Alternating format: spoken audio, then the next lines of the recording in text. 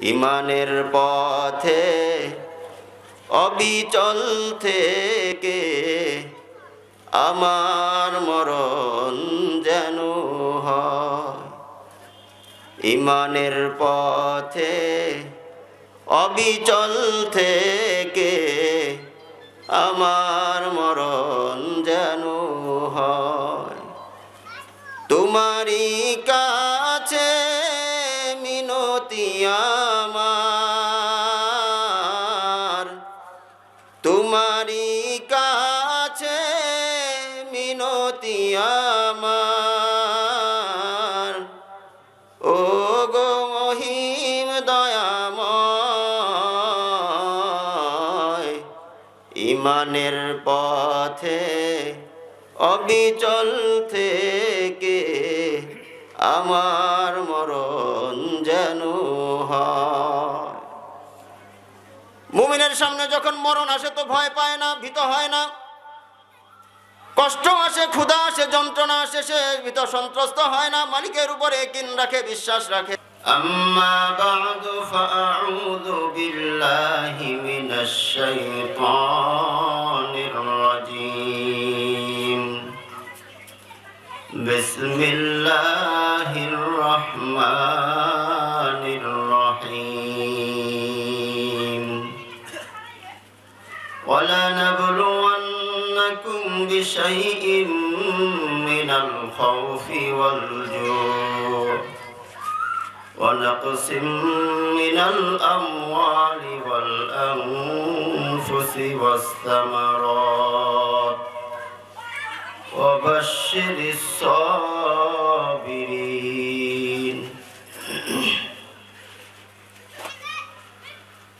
صدق الله مولانا العظيم وصدق رسوله النبي الكريم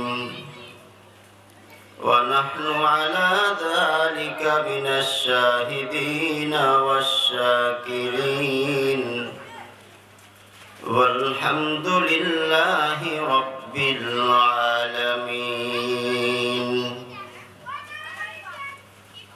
اللهم صل على محمد وعلى آل محمد كما صليت على إبراهيم وعلى آل إبراهيم إنك حميد مجيد.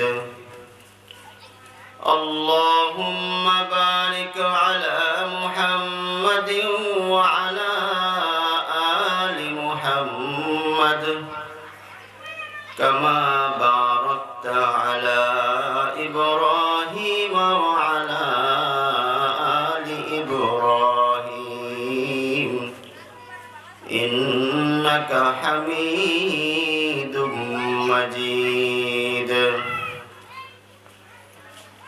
मुबारक हो ज़माने को के ख़त्मुल मुरसली आया।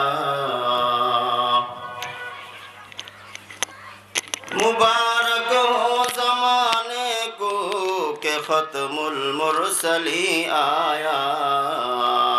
सहाबे रहम बनकर रहमतुल लिल आलमीन आया। सहाबे रहम बनकर रहमतन लिल आलमीन आया। हकीकत के खबर देने बशीर आया, नज़ीर आया। हकीकत के खबर देने बशीर आया, नज़ीर आया।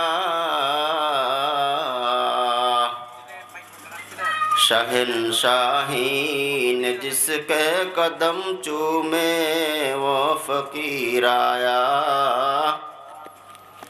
शहंशाहीन जिसके कदम चूमे वो फ़कीर आया।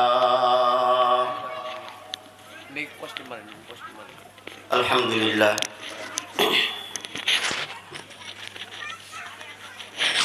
আল্লাহ রাব্বুল আলামিনের দরবারে আলিশান লাখো কোটি শুকর ও সুজুদ, যিনি আমাদেরকে চালিতাপাড়া কবরস্থান ও জামে মসজিদের উদ্যোগে আয়োজিত বার্ষিক এই মাহফিলে কিছু সময় অতিবাহিত করবার সুযোগ আল্লাহ রাব্বুল আলামিন আমাদেরকে দিলেন। যে মহান মালিক আমাদেরকে এমন সৌভাগ্যের সুযোগ দিলেন, ওই বিশ্ব মালিকের মহাবিশ্ব দরবারে কৃতজ্ঞতা স্বরূপ কালিমাত শুকর আদায় করি, আলহামদুলিল্লাহ। মুহতারাম হাজিরিন,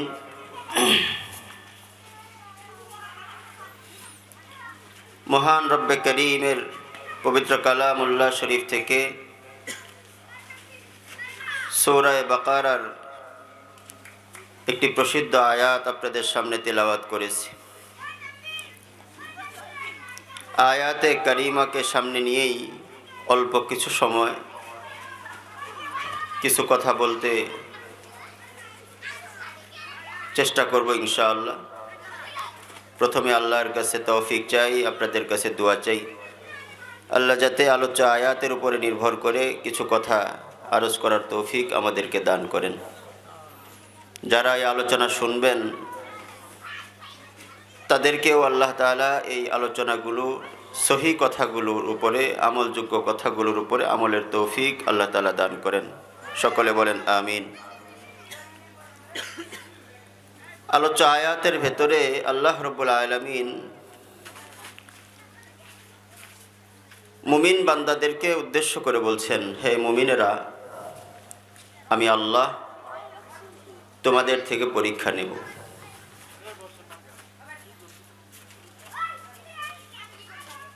দয়ালু মালিক এত বড় দয়ালু, তিনি মুমিন বান্দাকে পরীক্ষা করবেন। এই পরীক্ষা হঠাৎ করে হবে এমন না,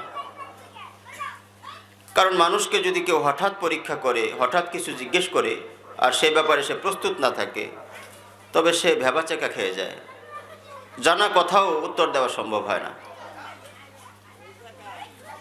কুরআনে হাকিমের জায়গায় জায়গায় আল্লাহ রাব্বুল আলামিন এই কথা ঘোষণা করেছেন যে তোমরা কি এই কথা মনে করো যে তোমরা জান্নাতের মালিক হয়ে যাবে, জান্নাতে ঢুকে যাবে, অথচ আমি মালিক তোমাদেরকে, তুমি জান্নাতে যাওয়ার যোগ্য কিনা, তোমার ঈমান যথার্থ কিনা, আমল সঠিক কিনা, এই বিষয়টা আমি যাচাই করব না? সূরা আনকাবুতের দ্বিতীয় আয়াতে আল্লাহ রাব্বুল আলামিন এই কথাটা আমাদেরকে জানিয়ে দিচ্ছেন। আহাসিবান্নাসু আইয়ুতরাকু আইয়াকুলু আমান্না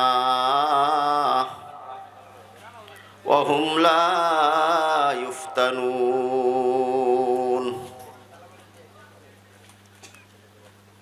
আল্লাহ রাব্বুল আলামিন বলছেন, মানুষ কি এই কথা মনে করে যে তারা এই কথার দাবি করবে যে আমরা আল্লাহর উপর ঈমান এনেছি, আর আল্লাহ শুধু এই দাবির প্রেক্ষাপটেই তাদেরকে জান্নাত দিয়ে দিবেন, ছেড়ে দেবেন, কোনো হিসাব তাদের থেকে নেবেন না, অথবা ঈমানের এই বিষয়টি, দাবির কথাটি যথার্থ কিনা যাচাই করবেন না? এটা কশ্চিন কালেও হতে পারে না। তার মানে আল্লাহ তাআলা ঘোষণা দিলেন, মুমিন তোমার কাছ থেকে আমি পরীক্ষা নেব। মালিক তো এতই দয়ালু, পরীক্ষা নিবেন এটা যেমন ঘোষণা করলেন, কোন কোন বিষয়ে পরীক্ষা নিবেন সেটাও ঘোষণা করে দিয়েছেন।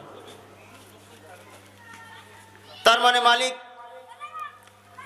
আমার আপনার কাছ থেকে পরীক্ষা নিতে চান, কিন্তু পরীক্ষায় আমি আপনি যাতে ফেল করে না বসি, এটা মালিক চান। বান্দাকে আল্লাহ রাব্বুল আলামিন বড় ভালোবাসেন, বড় আদর আর যত্ন করে এই বান্দাগুলোকে মালিক তৈরি করেছেন। প্রতিটা বান্দার জন্য আল্লাহ দয়া করে একটা করে জান্নাতও বানিয়েছেন। বান্দা যেন নিজের ভুলে গুনাহের কারণে ওই জান্নাত থেকে মাহরুম না হয়ে যায়, বঞ্চিত না হয়ে যায়। এই কারণে রব্বে জালিল পরীক্ষা যেমন নিবেন বলে দিলেন, আবার বান্দাকে দুনিয়ায় থাকতে থাকতে কি বিষয়ে পরীক্ষা হবে ওই বিষয়গুলো জানিয়ে দিলেন, যাতে করে ঈমানদার তার পরীক্ষার বিষয়গুলো জেনে জেনে ওই বিষয়ের পরীক্ষা সে প্রস্তুতি নিতে পারে। হঠাৎ পরীক্ষা হবে না, যে পরীক্ষার কারণে মানুষ ফেল করে যাবে। কি কি বিষয় মালিক আমার আপনার কাছ থেকে পরীক্ষা নেবেন, এই বিষয়টাই আয়াতে কারিমার ভেতরে আল্লাহ রাব্বুল আলামিন ইরশাদ করছেন। সূরা বাকারার 155 নম্বর আয়াতে মালিক ঘোষণা করেন, ওয়ালা লাবলুওয়ান্নাকুম বিশাইইম মিনাল খাউফি ওয়াল জু'। ও দুনিয়ার মুসলমান, তোমরা শুনে রাখো, আমি মালিক তোমাদের কাছ থেকে পরীক্ষা নেব, শুধু পরীক্ষা নেব এই কথাই বলে মালিক ক্ষান্ত করেন নাই। মালিক বলেন ওয়ালা নাবলুওয়ান্নাকুম, একের পর এক দুইটা তাকিদ যুক্ত করে বলেন অবশ্যই আমি মালিক তোমাদের থেকে পরীক্ষা নেব। মালিকের কথা এটা তো কসম ছাড়া বললেও, তাকিদ ছাড়া বললেও এটা সবার জন্য শিরোধার্য। মালিক যদি বলতেন শুধু আমি পরীক্ষা নেব, তাহলেই তো এটা সবার জন্য জরুরি, বিশ্বাসযোগ্য। কিন্তু মালিক এত দয়ালু, শুধুমাত্র পরীক্ষা নেব এটা বলে শেষ করেন নাই, সঙ্গে সঙ্গে আবার অবশ্যই পরীক্ষা নেব তাকিদ যুক্ত করছেন।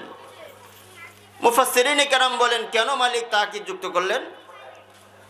উত্তরে লিখেন, মানুষের স্বভাব হলো, মানুষ যখন কোনো কথা স্বাভাবিকভাবে শুনে এটার গুরুত্ব যতটা দেয়, ওই একই কথা যদি একটু গুরুত্বের সাথে তাকিদের সাথে শুনে সেটার গুরুত্ব তার কাছে একটু বেশি হয়ে যায়। যেমন কেউ বলল যে আমি আপনার বাড়িতে আসব, মানুষ এই কথাটাকে যতটা গুরুত্ব দেয়, ওই ব্যক্তি যদি বলে আমি আপনার বাড়িতে অবশ্যই আসব, তাহলে সে বিশ্বাস করে যে না অবশ্যই সে আসবে। আগের কথার চাইতে এই কথার গুরুত্ব অনেক ব্যবধান হয়ে যায়। মানুষের স্বভাব, মানুষ যখন তাকিদ যুক্ত করে কথা শুনে তো কথার গুরুত্ব তার কাছে বেড়ে যায়। এই কারণে মানুষের স্বভাবের দিকে লক্ষ্য করে মালিক বলতেছেন ওয়ালা নাবলুওয়ান্নাকুম, ওরে ঈমানদার আমি তোমাকে অবশ্যই পরীক্ষা নেব। গোলাম এবার জানতে চায়, মালিক আপনি পরীক্ষা নেবেন বিশ্বাস করেছি, কিন্তু কি বিষয়ে পরীক্ষা নেবেন যদি জানায় দেন তাইলে ভালো হয়। দয়ার মালিক এবার ঘোষণা করেন, ওরে গোলাম আমি যেমন তোমার পরীক্ষা নেব, তোমার বিষয়টাও আমি জানায় দিলাম, শোনো। ওয়ালা নাবলুওয়ান্নাকুম বিশাইইম মিনাল খাউফি ওয়াল জু' ওয়া নাকসিম মিনাল আমওয়ালি ওয়াল আনফুসি ওয়াস সামারাত। আল্লাহ বললেন আমি তোমার পরীক্ষা নেব, 5 বিষয়ের পরীক্ষা নেব। কখনো কখনো তোমাকে ক্ষুধার্ত করব, ক্ষুধা, আবার কখনো কখনো তোমাকে ভয় দেখাবো, ভয়। ঈমান ছাড়ো নাইলে জীবন চলে যাবে এমন ভয়ও আসতে পারে। কখনো কখনো তোমার মাল কমিয়ে দেব, ধ্বংস করে দেব। আবার কখনো কখনো তোমার জীবন নিয়ে টানাটানি পড়ে যাবে। কখনো কখনো তোমার ক্ষেত ফসলে বরকত নষ্ট হয়ে যাবে, ধ্বংস হয়ে যাবে। এই 5 লাইনের পরীক্ষা আমার মালিক আমার থেকে নেবেন। প্রত্যেকের জীবনে এই 5ও পরীক্ষা একসাথে আসবে এটা জরুরি না। কিছু কিছু মানুষের জীবনে তো 5 রকমের পরীক্ষাই আসে, আবার কারো জন্য একটা আসে, কারো জন্য 2টা আসে। কিন্তু কেউ ঈমানের দাবি করবে অথচ তার জীবনে কোনো পরীক্ষা আসবে না, এটা হইতে পারে না।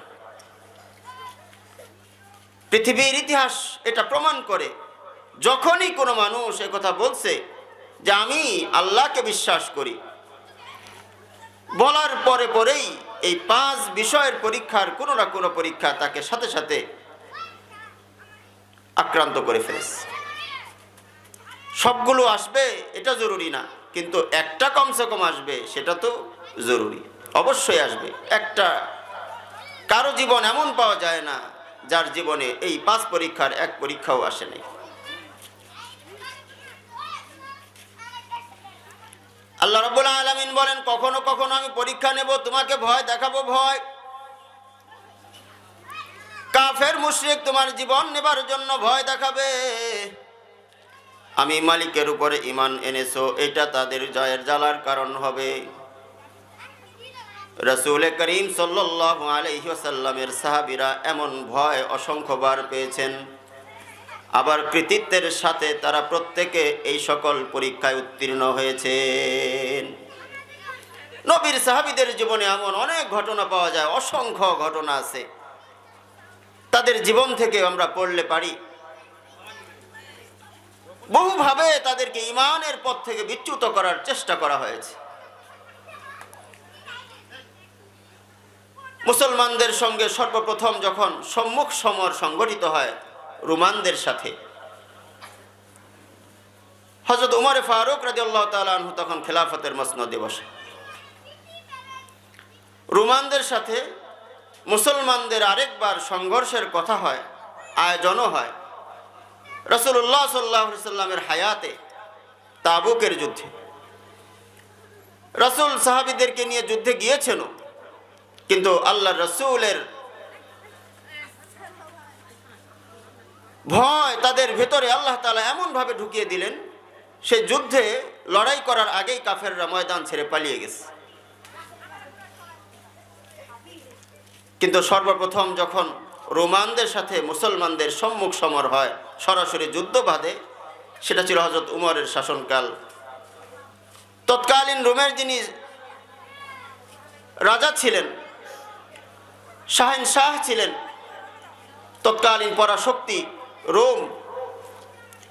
রোমের রাজা তার সৈন্যবাহিনীকে ঘোষণা করল, যুদ্ধে ফলাফল যাই হোক না কেন, জয় পরাজয় যাই হোক, তোমাদের প্রতি আমার একটা বিশেষ আহ্বান থাকবে,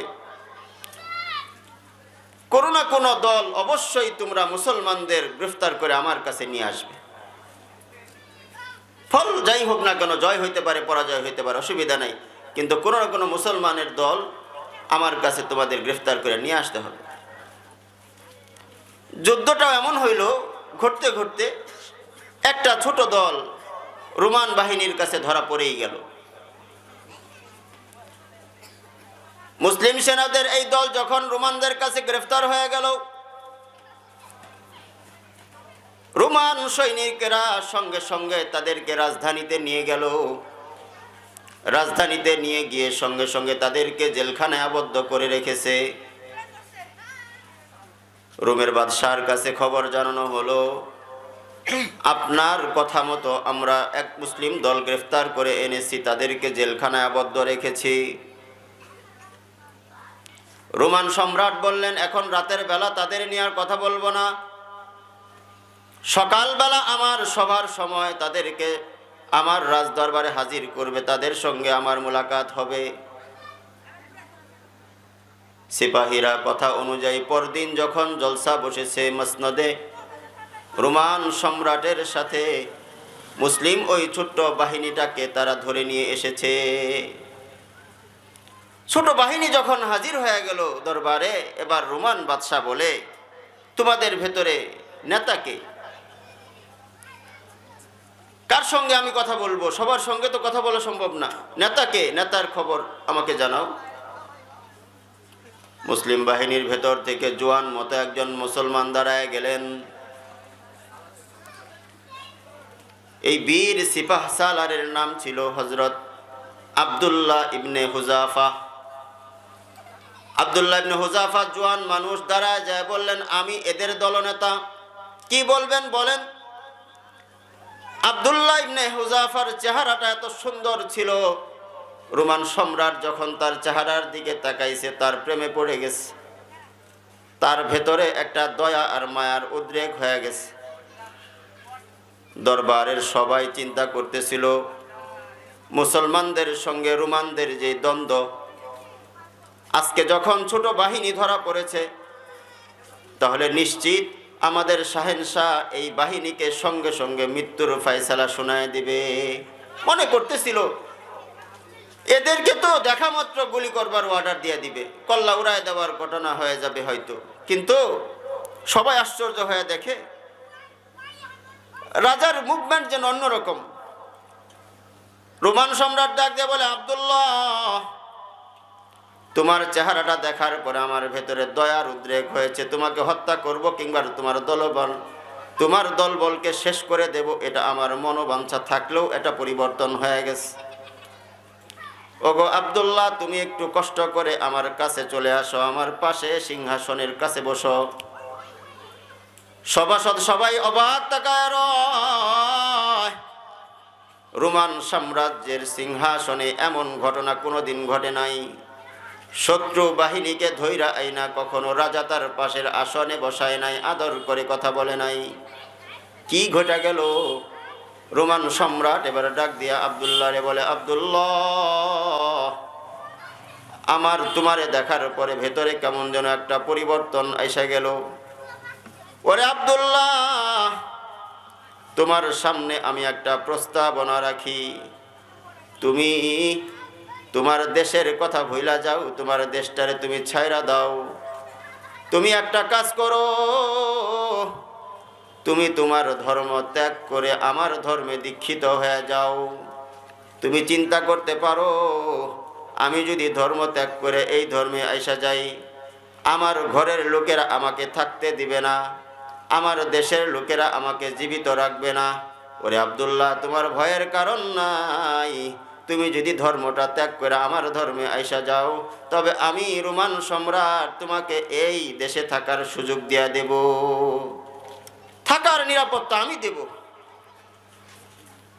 শুধু থাকার নিরাপত্তা দেব তা নয়, আব্দুল্লাহ শুনো, তুমি যদি আমার ধর্মে দীক্ষিত হয়ে যাও, আমি শুধু থাকার জায়গা দেব তা নয়, আমি রোমান সম্রাটের কন্যা সবচাইতে সুন্দরী মেয়েটাকে তোমার সঙ্গে বিয়ে দিয়ে দেব। কন্যা যদি বিয়ে দিয়ে দেই, আমার সাম্রাজ্যের অর্ধেক তোমার নামে লিখে দেব। আমি যখন ইন্তেকাল করব, মারা যাব, বাকি অর্ধেকের মালিক তুমি হয়ে যাবা। তার মানে তুমি শুধুমাত্র এক ইমান ছাড়ার বদৌলতে বিশাল এই রোমান সম্রাটের মালিক হয়ে যাবা। বিশাল সাম্রাজ্য তোমার একার হয়ে যাবে, একচ্ছত্র অধিপতি তুমি হয়ে যাবা। বিনিময় আর কিছু না, শুধু ইমানটা ত্যাগ করো। সম্মানিত হাজিরিন, আমাদের কারো কাছে যদি এমন কোনো বিষয়ের প্রস্তাব রাখা হয়, আমি কি করতাম আমার তো জানা নাই। সাহাবায়ে কেরামের জীবনটা কেমন ছিল, তাদের ইমানের তাকত কত, শক্তি কত দেখেন। আব্দুল্লাহ ইবনে হুযাফার সামনে বিশাল সাম্রাজ্যের প্রতিশ্রুতি দেওয়া, রোম সাম্রাজ্যের সবচাইতে সুন্দরী ষোড়শী নারীর সাথে বিয়ে করার প্রত্যাশা, বিনিময় শুধুমাত্র ইমান ত্যাগ করা। রোমান সম্রাটের ধারণা ছিল এমন লালসাময় প্রস্তাব দেওয়ার পরে আব্দুল্লাহ হয়তো তার প্রস্তাবে রাজি হয়ে যাবে। কিন্তু মুসলমান তো এমন, দুনিয়ার সব কিছু একদিকে, তাদের কাছে ইমানটা আরেক দিকে। দুনিয়ার সব ভালোবাসা সব কিছু তাদের একদিকে, আর ইমানটা তার কাছে আরেক দিকে। ইমানের বিনিময়ে বিশাল এই সাম্রাজ্য শুধু নয়, তাদের সামনে যদি গোটা বিশ্বকে জমায়েত করে দেওয়া হয়, এরপরেও কখনো তারা ইমানের দাবি থাকে এক রত্তি পরিমাণ পিছপা হবে না। আশা তো করেছিল প্রস্তাব দেওয়া মাত্র লুফে নিবে, কিন্তু আব্দুল্লাহ ইবনে হুযাফা বললেন, ওরে রোমের কুকুর, রাজার সামনে তাকে কুকুর বলতেছে, হিম্মতটা কত!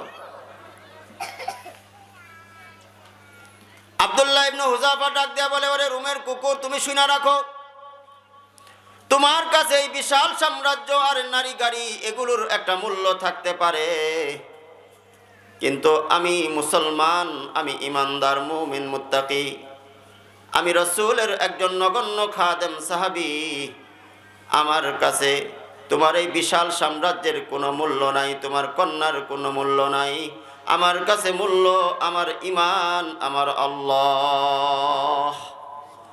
আমার কাছে এর বাইরে কোনো কিছু পছন্দের না। প্রথমে তো ফুসলিয়ে ফাসলিয়ে লোভ দেখিয়ে চেষ্টা করলো যে ছেলেটারে ভালো লাগছে, আমার ধর্মে আইসা যাক, আমি তার সব দিয়া দেই, তার চেষ্টা। মুফাদ্দিসিনে কেরাম বলেন এটা হইতে পারে তার দিলের কথা, হইতে পারে এটা তার এক প্রকারের ফাঁদ। আজও দেখবেন মুসলমানদের ঈমান বিধ্বংস করার জন্য, ধ্বংস করার জন্য বিভিন্ন সংস্থা, বিভিন্ন ধর্মের মানুষ বিভিন্ন ছলে বলে কৌশলে লোভ লালসা দেখিয়ে সরল মনা মুসলমানের ঈমান হরণের চেষ্টা এখনো করে থাকে। আব্দুল্লাহ ইবনে হুযাফাকে যখন এই লোভ দেখানো হলো, তিনি পটলেন না, তার দ্বারা কোনো পরিবর্তন নাই, মুখের উপরে কড়া জবাব দিয়া দিছেন। এবার আল্লাহ তাআলা তার পরীক্ষা শুরু করলেন। ওয়ালা নাবলুওয়ান্নাকুম বিশাইইম মিনাল খাউফি ওয়াল জু। মুমিন তার দাবি যখন করে ফেলেছে, ঈমানের দাবি, দুনিয়াকে লাথি মেরেছে, তো আল্লাহ তার পরীক্ষা দেওয়া শুরু করলেন। রোমান সাম্রাজ্যের সামনে যখন প্রস্তাব প্রত্যাখ্যান হয়ে গেল, রোমান সম্রাট বলে, ওরে আব্দুল্লাহ, তুমি কেমন ঈমানদার, আমি তোমার ঈমানের পাওয়ারটা দেখতে চাই। জল্লাদকে হুকুম দিয়া দিল, যাও এই বেয়াদবটারে জেলখানায় আবদ্ধ করে রাখো। কয়েকদিন দু চার ঘা পড়লেই সোজা হয়ে যাবে,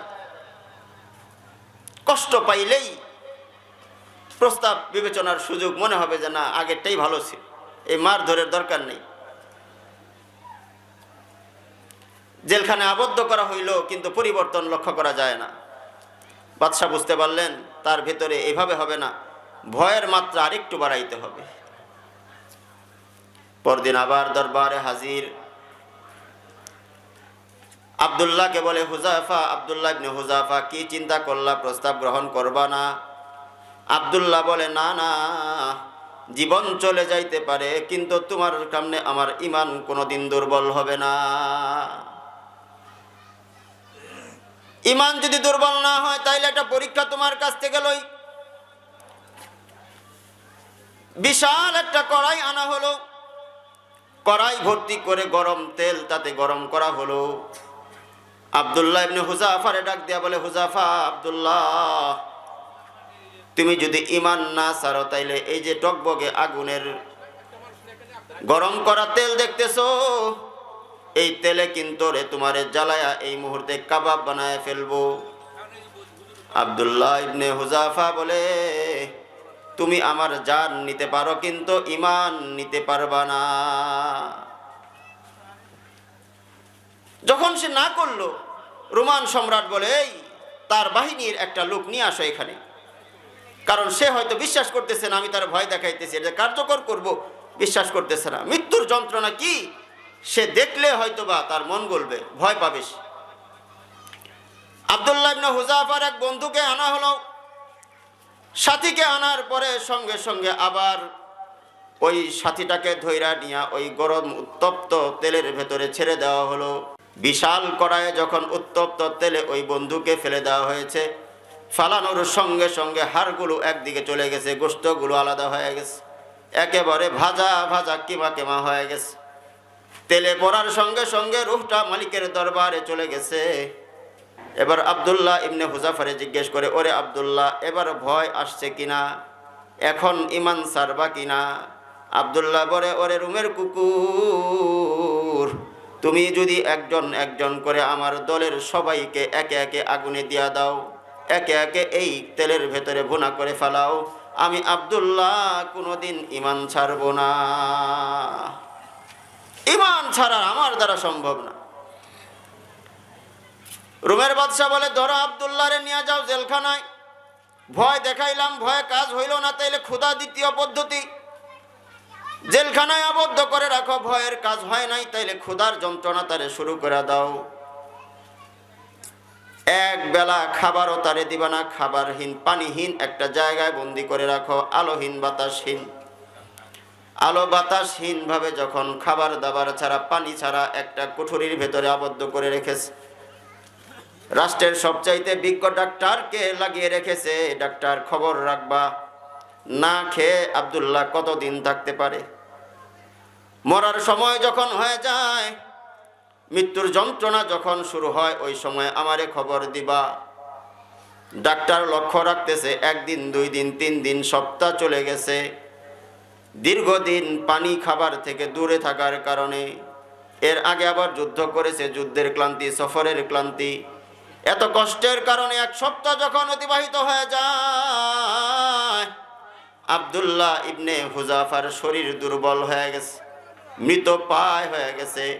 এবার ডাক্তার বলে, ও গো সম্রাট, আমি তো আব্দুল্লাহর অবস্থা দেখলাম মরে মরে অবস্থা, গায়ে তো কোনো শক্তি নাই, দেহের ভেতরে কোনো স্পন্দন নাই। ডাক্তারকে বলে, যাও যাও আব্দুল্লাহকে আমার দরবারে নিয়ে আস।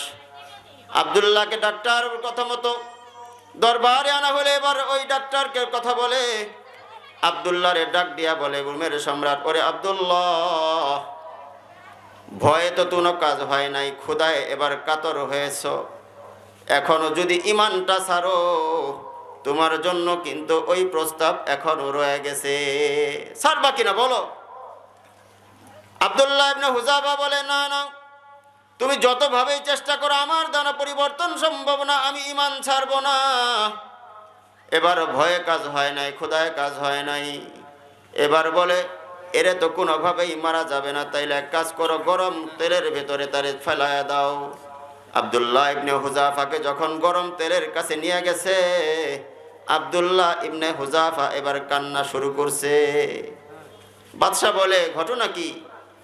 ভয় দেখাইলাম, ভয় পাইলা না, ক্ষুধায় কষ্ট দিলাম, তাতেও ভাঙলা না, মচকাইলা না, এখন তেলের কাছে নিয়ে গেলাম, মরণের ভয়ে কাঁদতেছ, মরণের ভয়ে কাঁদতেছ। ওগো আব্দুল্লাহ, তুমি কি মরণের ভয়ে কাঁদো? আব্দুল্লাহ ইবনে হুজাফা বলে, না না, আমি মরণের ভয়ে কাঁদি না, কারণ মুমিন মরণের ভয়ে কাঁদতে পারে না। মুমিনের সামনে মরণ এটা কোনো যন্ত্রণা কিংবা কষ্টের কথা না, মুমিনের জন্য মরণ এটা উপহার। উপহার পাইলে মানুষ যেমন খুশি হয়, মুমিনও মরণ দেখলে তেমন খুশি হয়। আল্লাহ রাব্বুল আলামিন কোরআনে হাকিমের ভেতর বলতেছেন, ইন্নাল্লাযীনা ক্বালু রাব্বুনাল্লাহ সুম্মা ইসতাকামু তাতানাজ্জালু আলাইহিমুল মালায়েকা تتنزل عليهم الملائكة ألا تخافوا ولا تحزنوا وأبشروا بالجنة التي كنتم توعدون। মুমিনের সামনে ফেরেশতা এসে বলে, ভয় পাও না, ভীত হও না, কষ্ট পেও না, কারণ মরণ তোমার জন্য কষ্টের কোনো বিষয় না। মরবা, মালিকের সঙ্গে তোমার সাক্ষাৎ শুরু হয়ে যাবে। জান্নাতের ওয়াদা মালিক যেটা করেছেন সেটা প্রস্তুত করে রাখছেন। মুফাসসিরিনে কেরাম বলেন, আল্লাহর ফেরেশতারা এই বান্দাকে দেখাইতে থাকে, এই যে জান্নাত, তোমার ওয়াদা করা জান্নাত। বান্দা যখন জান্নাতের নাজ ও নিয়ামত দেখে, সে মরার থেকে ভয় পাবে দূরের কথা, সে মরবার জন্য আর উল্টা ব্যাকুল হয়ে যায়। আব্দুল্লাহ ইবনে হুজাফা বলে, ভয় পাই না, তাহলে কাঁদো কেন? আব্দুল্লাহ ইবনে হুজাফা বলে, আমি কান্না করি অন্য কারণে, আমার মালিক তো আমারে শুধু একটা জীবন দিছেন, আমি মালিকের জন্য একবার কুরবানি করতে পারবো এই জীবন। আমার আফসোস হইতেছে, আমার দেহের যতগুলো পশম আমার মালিক দিয়েছেন, প্রতিটা পশমের বিনিময়ে মালিক যদি একটা করে জান দিতেন, আর প্রতিটা জান আমি আমার মালিকের জন্য কুরবানি করতে পারতাম, তাইলে আমি হয়তো আমার মালিকের কৃতজ্ঞতা ব্যক্ত করতে পারতাম। ইমানের পথে অবিচল থেকে আমার মরণ যেন হয়, ইমানের পথে অবিচল থেকে আমার মরণ যেন হয়।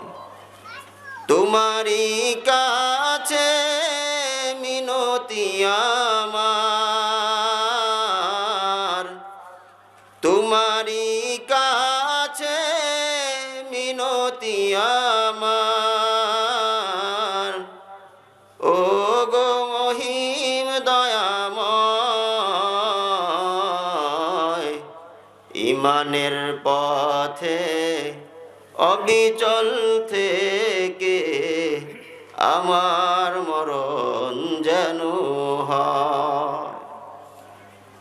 মুমিনের সামনে যখন মরণ আসে তো ভয় পায় না, ভীত হয় না। কষ্ট আসে, ক্ষুধা আসে, যন্ত্রণা আসে, সে ভীত সন্ত্রস্ত হয় না। মালিকের উপরে কিন রাখে, বিশ্বাস রাখে। মালিকের এই পরীক্ষায় সে পাশ করে যায়। আব্দুল্লাহ ইবনে হুযাফা ভীত হয় নাই, কষ্ট পায় নাই, বরং অটল রয়েছে। রোমের সম্রাট ছিল আহলে কিতাব। তিনি বুঝতে পারছেন এখন যদি আব্দুল্লাহকে আমি মেরে ফেলি, মৃত্যুদণ্ড দিয়ে দেই, তাইলে হয়তো বা আব্দুল্লাহর জীবন শেষ হয়ে যাবে। কিন্তু তার এই জীবন চলে যাওয়ার পরেও আব্দুল্লাহ নিজেকে হার স্বীকার করবে না। কারণ মরলেই মানুষ হেরে যায় না।